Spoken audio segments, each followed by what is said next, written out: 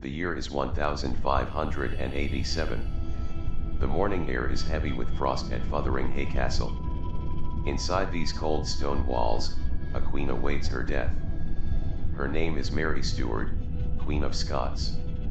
The story I'm about to tell you is so incredible that it would put Hollywood movies to shame. This woman became a queen at just 6 days old and was executed at 44. Between those years lie 19 years of imprisonment, 3 marriages, 2 murders, and countless conspiracies. And the most shocking part? The person who ordered her death was her own cousin. By the end of this video, you'll understand why historians call this history's greatest betrayal and why Mary's final moments on the scaffold would haunt her executioner for the rest of his life. Are you ready to dive into the most dramatic royal story of the 16th century? December 1542, Scotland. King James V lies dying in his palace. His French wife, Marie de Guise, has just given birth to a daughter. The baby's name is Mary. As the king holds his newborn daughter, he makes a chilling prophecy: the Stuart dynasty began with a lass, and it will end with a lass. Were these words pointing to Mary's tragic fate? We'll find out. When James dies, Mary is only 6 days old. She becomes Europe's youngest ruler ever. But how can a baby govern a country torn apart by war and religious conflict? This is where the deadly game begins. Immediately, a vicious power struggle erupts. Mary's uncle, the Earl of Arran, claims the regency. Scottish lords plot against each other. But the real threat comes from the south, King Henry VIII of England. Henry has a master plan. He wants to unite Scotland with England by marrying his son Edward to baby Mary. When the Scots refuse, Henry's response is brutal. He launches devastating attacks on Scotland, so violent they're called the rough wooing. So what happens to 5-year-old Mary in the middle of this chaos? Her mother makes a decision that will completely change Mary's life, and plant the seeds of every disaster that follows. Mary is 5 years old when her mother ships her off to France. The goal? Keep her away from the English and give her a royal education. In the French court, Mary enters a world of luxury and learning. She masters 6 languages: French, English, Italian, Latin, Greek, and Spanish. She excels at music, dance, poetry, and politics. And here, she experiences her first love. She becomes engaged to the French Dauphin François. In 1558, when she's 15, they marry in a ceremony that dazzles all of Europe. Now Mary is Queen of Scotland and future Queen of France. She's young, beautiful, intelligent, and seemingly destined for greatness. But happiness doesn't last long in royal families.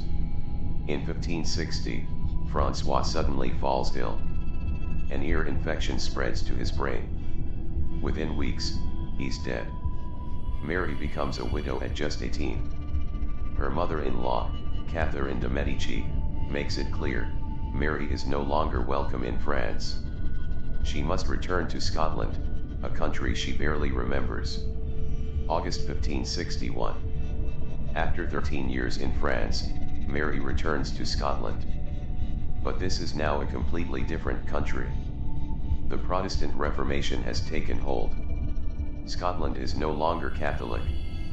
For Catholic Mary, this creates immediate problems. There's a fiery preacher named John Knox who openly opposes her. In his sermons, he declares, the rule of women is contrary to God's will. He has several heated confrontations with Mary. But Mary shows remarkable political wisdom. She doesn't force Catholicism on her subjects. She only maintains Catholic services in her private chapel. In those first years, everything goes well. Mary is young, charismatic, and intelligent. The Scottish people love her. But there's one critical problem: she needs to marry and produce an heir. Mary's next marriage decision will throw 3 kingdoms into chaos. Because what happens next is so shocking, you'll think I'm making it up. 1. Mary is 22 and needs a husband. Queen Elizabeth suggests Robert Dudley, but Mary chooses someone else, her cousin Lord Darnley. On paper, Darnley is perfect. He's tall, handsome, and has royal blood.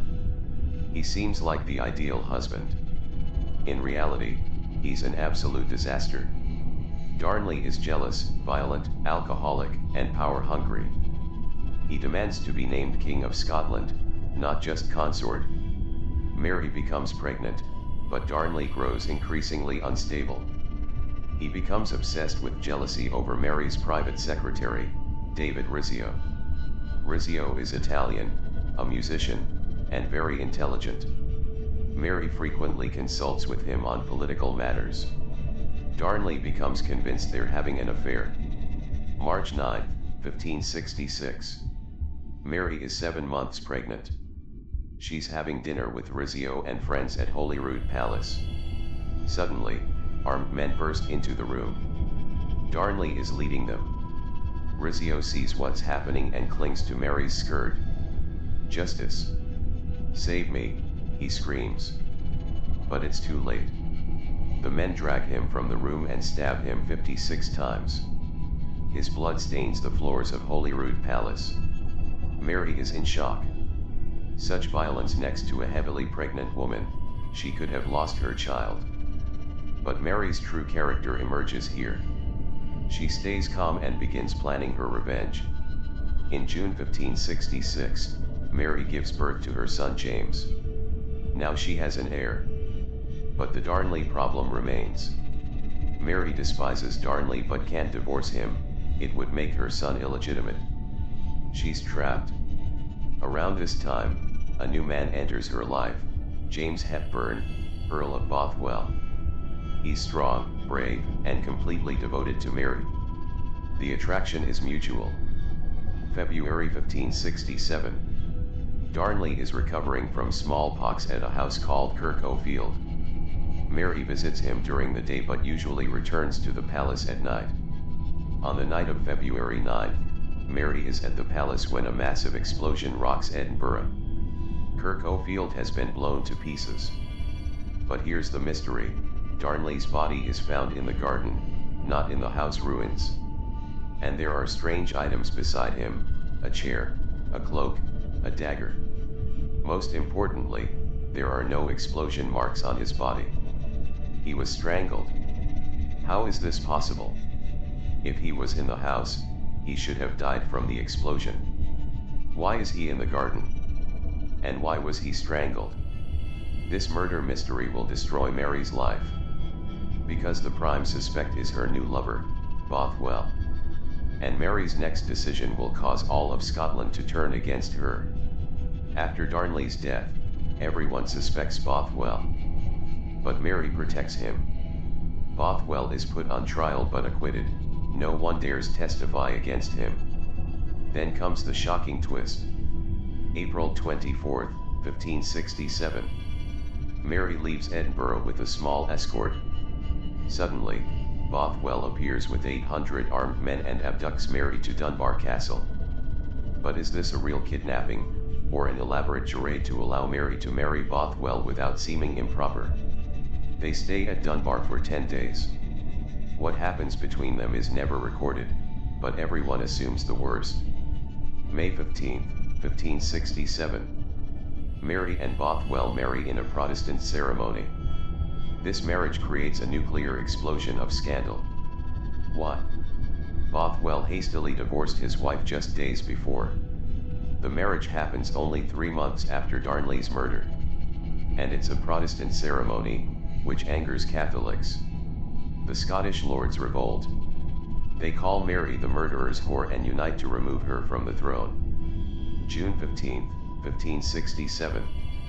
At Carberry Hill, Mary and Bothwell's army faces the rebel lords. But Mary's support collapses.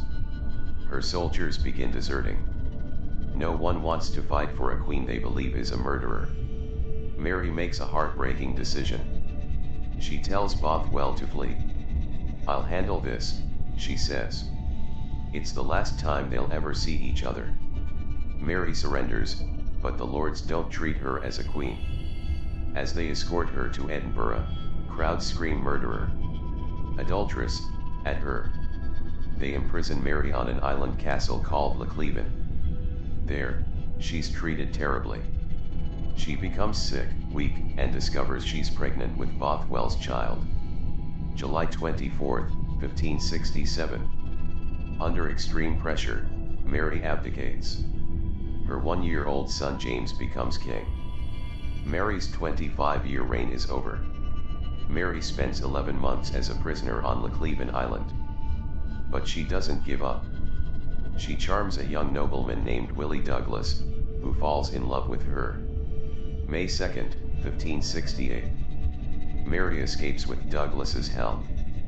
Her supporters rally, and she prepares to fight for her throne. But at the Battle of Langside, she suffers a crushing defeat. Now she faces an impossible choice: stay in Scotland and be recaptured, or flee the country. She can't go to France, it's too dangerous. So she makes the decision that will doom her: she flees to England, seeking help from her cousin Elizabeth. Mary thinks Elizabeth will save her. But Elizabeth is making very different plans that will condemn Mary to 19 years of imprisonment. May 16, 1568. Mary crosses into England, expecting a warm welcome from her cousin. Instead, Elizabeth places her in Carlisle Castle for security reasons. Mary is now a prisoner, not a guest. Elizabeth faces an impossible dilemma. If she frees Mary, she'll become a magnet for Catholic plots against Elizabeth's Protestant rule. If she kills Mary, she'll outrage Catholic Europe. So Elizabeth chooses a third option: she keeps Mary as a permanent guest in various English castles. It's a golden cage, but it's still a cage. Mary's life completely changes. Once she danced in the Palace of Versailles, now she lives in cold, damp castles. Once she was a free queen, now every move is watched. Mary doesn't remain passive. She constantly plans escapes and organizes conspiracies against Elizabeth. 1569, the Northern Rebellion tries to free Mary and put her on England's throne. It fails. 1571, the Rodolphi plot involves Spanish and papal support to replace Elizabeth with Mary. It's exposed. Mary's greatest weapon is her pen. She writes beautiful, persuasive letters to supporters across Europe. But Elizabeth's spymaster, Francis Walsingham, reads every word. For 18 years, this deadly game continues. Mary plots, Walsingham watches, and Elizabeth waits. Mary is 43 years old. She's been imprisoned for 18 years. Her health is failing, her hair is gray, but she hasn't lost hope. A young Catholic nobleman named Anthony Babington writes to her. He has a plan: assassinate Elizabeth and put Mary on the throne. Babington asks Mary for her approval. This is the moment that seals her fate. Mary writes back, approving the plan. She even discusses details of Elizabeth's assassination and her own rescue.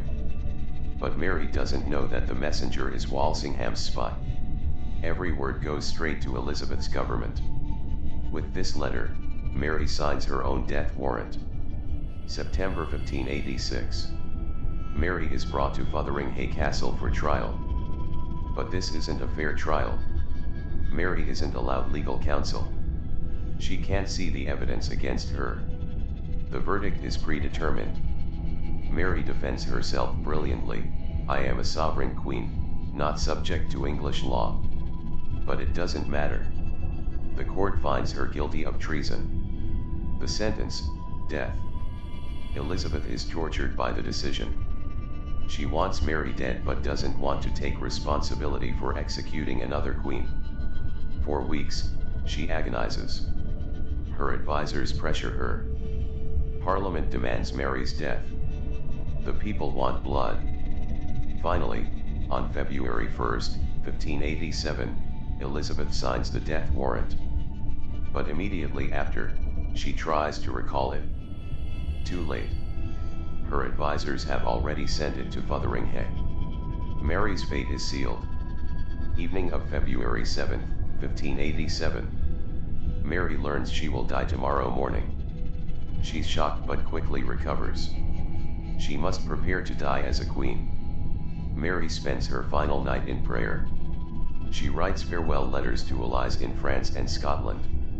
Each stroke of her quill is heavy with finality. She distributes her jewels to her servants. "I won't need these anymore," she says. Her greatest sorrow is never seeing her son James again. James is now King of Scotland and Elizabeth's heir, but he won't lift a finger to save his mother. Towards dawn, Mary whispers her final prayers in Latin, "Into your hands, O Lord, I commend my spirit." February 8, 1587, 8 a.m.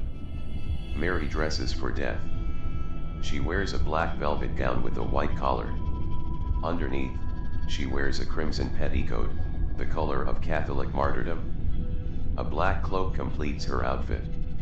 As she walks to the Great Hall, she's calm and dignified. She tells her weeping servants, "Do not cry for me. This is my end, but not my shame." The execution site is prepared, a scaffold covered in black cloth, 2 executioners with their axes, and 300 nobles as witnesses. Mary makes her final speech, "I die innocent of the crimes charged against me. I pray God will forgive those who condemn me to death." Mary kneels at the block. She removes her outer dress, revealing that crimson petticoat. She hands her crucifix to her maid and blindfolds herself with a white cloth. The executioner asks forgiveness. Mary replies, "I forgive you. You are only doing your duty." Mary places her head on the block. Her final words, "Into your hands, O Lord, I commend my spirit." The executioner raises his axe. The first blow is a disaster. It hits the back of her head, missing her neck. Mary's lips are still moving. The second blow cuts deeper but doesn't finish the job. Only the third blow finally severs her head. The executioner lifts Mary's head and cries, "God save Queen Elizabeth." But then something horrifying happens. Mary's auburn hair falls away. It was a wig. Her real hair is gray and thin. Years of imprisonment have aged her beyond recognition. The crowd gasps. Some faint. Others weep. But the most heartbreaking moment is yet to come. As Mary's body lies on the scaffold, a small Skye Terrier emerges from beneath her gown. The dog had been hiding there throughout the execution. The terrier refuses to leave Mary's side. It lies beside her body, covered in blood, until guards drag it away. That image breaks even the hardest hearts in the room. When Elizabeth learns of Mary's death, she's devastated. She cries for days and rages at her advisors. "I never wanted her killed," she claims. "I only signed the warrant but didn't want it sent." Elizabeth spends a fortune on Mary's funeral. She's buried with magnificent ceremony at Peterborough Cathedral. But Elizabeth's guilt haunts her for the rest of her life. She's killed her own cousin, another queen, and the mother of her heir. Mary's son James stays silent about his mother's execution. He knows why. He's Elizabeth's heir and will inherit the English throne. When Elizabeth dies in 1603, James becomes king of both Scotland and England. In a way, Mary's dream of uniting the kingdoms comes true through her son. James gets his revenge. He moves Mary's body to Westminster Abbey and builds her a tomb larger and more magnificent than Elizabeth's. The woman who ordered Mary's death gets a smaller monument than her victim. Mary Stuart's story is the ultimate tragedy of power, betrayal, and the price of being a strong woman in a man's world. Did she make mistakes? Absolutely. Her emotional decisions often overcame her political wisdom. But we must remember, being a female ruler in the 16th century was nearly impossible. Even today, historians debate whether Mary was truly guilty of the charges against her, or whether she was simply a victim of her times. What's certain is this: Mary Stuart never stopped fighting, never stopped being a queen, and never stopped inspiring both love and fear in those around her. And perhaps the greatest irony: King James V's prophecy came true in an unexpected way. The Stuart dynasty did begin with a lass, and through Mary's son, it conquered England as well as Scotland. Mary Stuart's story reminds us that history is written by the winners, but sometimes the losers leave the deeper mark. If you enjoyed this deep dive into one of history's most dramatic royal stories, smash that like button and subscribe for more incredible historical tales. Because the past is full of stories that put fiction to shame. What do you think? Was Mary guilty of the charges against her, or was she a victim of political circumstances? Let me know in the comments below. Until next time, keep exploring the fascinating world of history.